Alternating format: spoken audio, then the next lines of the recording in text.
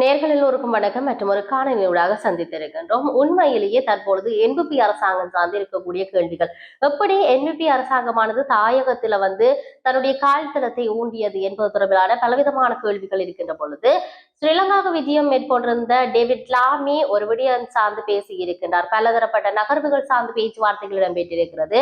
அதுல முதலாவது விடயம், டிஸ்வா புயலினால் பாதிக்கப்பட்ட அந்த தாக்கத்திலிருந்து எப்படி வெளிவர முடியக்கூடியதாக இருந்தது என்பது தொடர்பிலான பேச்சுவார்த்தைகள் இடம்பெற்றிருந்தது. அதனை தொடர்ந்து டேவிட் லாமியால கேட்கக்கூடிய ஒரு விடயமாக இருந்து, எப்படி மனங்களுடைய மனதுல நீங்க கால் ஊன்றக்கூடியவர்களாக இருந்தீர்கள் என்று சொல்லி என்பிபி அரசாங்கத்தை கேள்விகள் தொடுக்கப்பட்டிருந்தது. அதுக்கு என்பிபி அரசாங்கம் பதில் சொல்லி இருப்பதையும் எங்களால் அவதானிக்க கூடியதாக இருந்தது. இது இவ்வாறு இருக்கின்ற பொழுது, இன்னொரு பக்கம் பார்க்க போனால் உண்மையிலேயே நாமல் ராஜபக்ஷ பல்வேறுபட்ட எதிர்ப்புகளுக்கு மத்தியிலும் பிரித்தானியாவுக்கான பயணத்தை மேற்கொண்டிருக்கிறார்.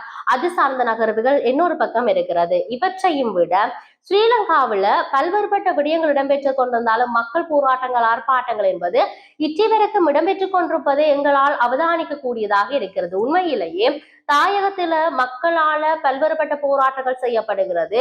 அதுல ஒரு விடயம் இந்த தையத்தினுடைய நகர்வாக இருக்கின்ற பொழுது, அதனுடைய நகர்வு பல்வேறுபட்ட விடயங்களை தாண்டி நிற்கின்றது. உண்மையிலேயே தற்பொழுது நாடாளுமன்ற அமர்வுகள் இடம்பெறுகிறது. நாடாளுமன்ற அமர்வுகள்ல காரசாரமான பல விடயங்கள் பேசப்பட்டுக் கொண்டிருப்பதை எங்களால் அவதானிக்க கூடியதாக இருக்கிறது. கூடுதலாக யாழ் மாவட்ட நாடாளுமன்ற உறுப்பினர் ராமநாதன் அர்ஜுனா சார்ந்து இருக்கக்கூடிய விடயங்கள், அவரினால் இடம்பெறக்கூடிய பல்வேறுபட்ட சர்ச்சைகள், இல்லாட்டி அங்கு நாடாளுமன்ற அமர்வில் இடம்பெறக்கூடிய அந்த சலசலப்புகளுக்கு மத்தியில பல்வேறுபட்ட விடயங்கள் இடம்பெறுகிறது. ஆகவே இதனுடைய நகர்வு இவ்வாறு இருந்தாலும் நாம் சிந்திக்க வேண்டியவர்களாக இருக்கிறோம். தாயகத்தை மையப்பட்டது என்பிபி அரசாங்கம் கொடுத்த வாக்குறுதிகள் என்னவாயிற்று என்ற கேள்விகள் இருக்கிறது.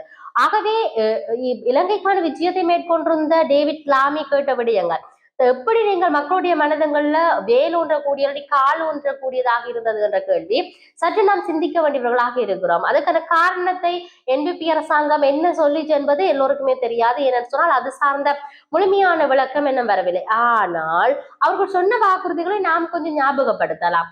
தாயக பகுதியில காற்றாலை திட்டத்தை எல்லாமே செய்வோம் என்று சொல்லி மக்களுடைய மனங்களில் கால் ஊட்டுவதாக சொல்லி இருந்தார்கள். அதை விட உயிர்த்த ஞாயிறு தாக்குதல் தான் பாரிய அளவுல பேசப்பட்டு கொண்டிருந்தது.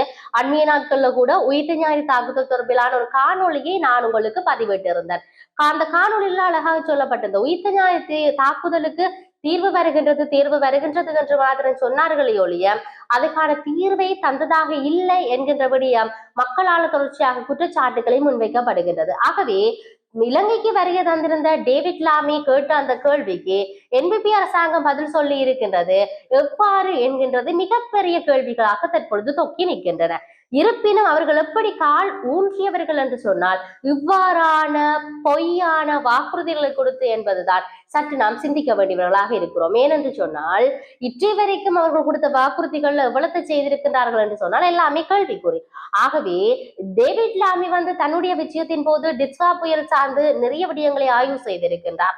அதுல டிஸ்வா புயலினால் பாதிக்கப்பட்ட மக்களுக்கான ஒரு வாழ்வாதார உதவி திட்டங்களாக இருக்கட்டும், அவர்களை மீள குடியமர்த்தல் தொடர்பிலாக அவர்களுடைய புனர்வாழ்வுக்கு எவ்வகையான விடயங்கள் இடம்பெற்றிருந்ததுக்கான நிதி அரசாங்கத்தினால் எப்படி ஒதுக்கப்பட்டு இருந்தது, அதில் இருந்து எப்படி மீளக்கூடியதாக இருந்தது என்பது சார்ந்த அவர் நிறைய கேள்விகளை தொடுத்திருப்பதை நாங்கள் பார்க்கக்கூடியதாக இருக்கிறது.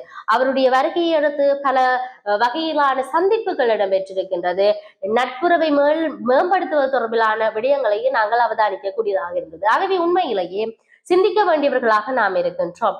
டேவிட் லாமியினால் எழுப்பப்பட்ட அந்த கேள்விக்கு என்பிபி அரசாங்கம் கொடுத்த பதில் எந்த வகையில சரியானதாக இருக்கும் என்பதை தாண்டி அவர்கள் கொடுத்த பதில் எதுவாக இருக்கும் என்பது எல்லோருடைய கேள்விகளாகவும் இருக்கிறது. ஆகவே எது அப்படி இருந்தாலும் என்பிபி அரசாங்கத்தினால் கொடுக்கப்பட்ட வாக்குறுதிகள் இச்சைக்கு நிறைவேற்றப்படவில்லை என்பதுதான் உண்மை. என்ன நடக்கப் போகின்றது என்பதை நாங்கள் பொறுத்திருந்து பார்ப்போம். மற்றொரு பதிவினூடாக சந்திப்போம். வணக்கம்.